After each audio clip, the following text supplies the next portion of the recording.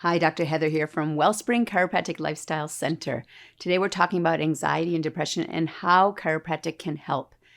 Who would think of going to a chiropractor to get help with anxiety and depression? How could that possibly work? Well, let's go into a little detail with the nervous system, and I think you'll understand this.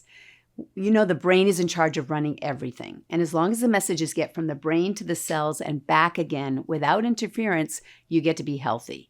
But if there's anything that disturbs the flow of messages between the brain and the body, then that's going to break down our ability to run our body, but also our ability to adapt to our environment.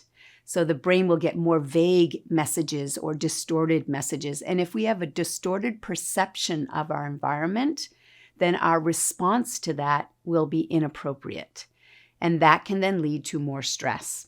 Now, there's another piece here that I want to also share with you, which is the physiological basis of why subluxations or nerve interference actually increases cortisol levels, increases stress in the body.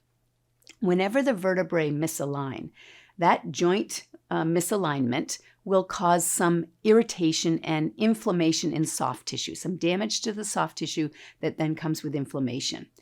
When that tissue gets inflamed, it can start to irritate the nerves. When the nerves get irritated, the brain really wants to protect the nervous system.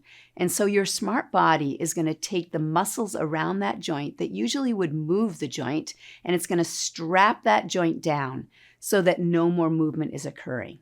Now, in every joint in the body, including all the joints in the spine, there are nerves that are called mechanoreceptors that send signaling back to the brain to let the brain know exactly what's happening in the body.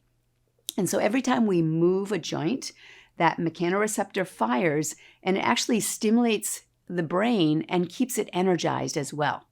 90% of the stimulation and nutrition to the brain comes from movement of the spine. So it's firing your brain up so that it can function at a high level. Now, if the mechanoreceptors are not firing, the brain can't get that feedback.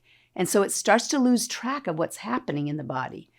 The brain knowing where the body is in space is called proprioception. So when we have the joint locked down, we have a decrease in proprioception because we have a decrease in those mechanoreceptors firing. And now the brain starts to lose track of what's happening in the body, and that actually produces a stress state in the brain where the whole body starts to be flooded with cortisol, which is the stress hormone, because the brain is basically saying, I don't know what's going on down there, and it goes into stress mode. So when we correct subluxations, and we improve or reduce the interference and improve the nerve supply between the brain and the brain has a more accurate neural self-image. It knows where the body is, and therefore it knows that it can control it more accurately, and that means increase adaptability. And when our brain is perceiving that we have lots of adaptability capacity, then it knows it can manage the stresses that are in front of it. So I hope this helps you understand how chiropractic can help you to manage stress more effectively, and also how that can help deal with anxiety and depression.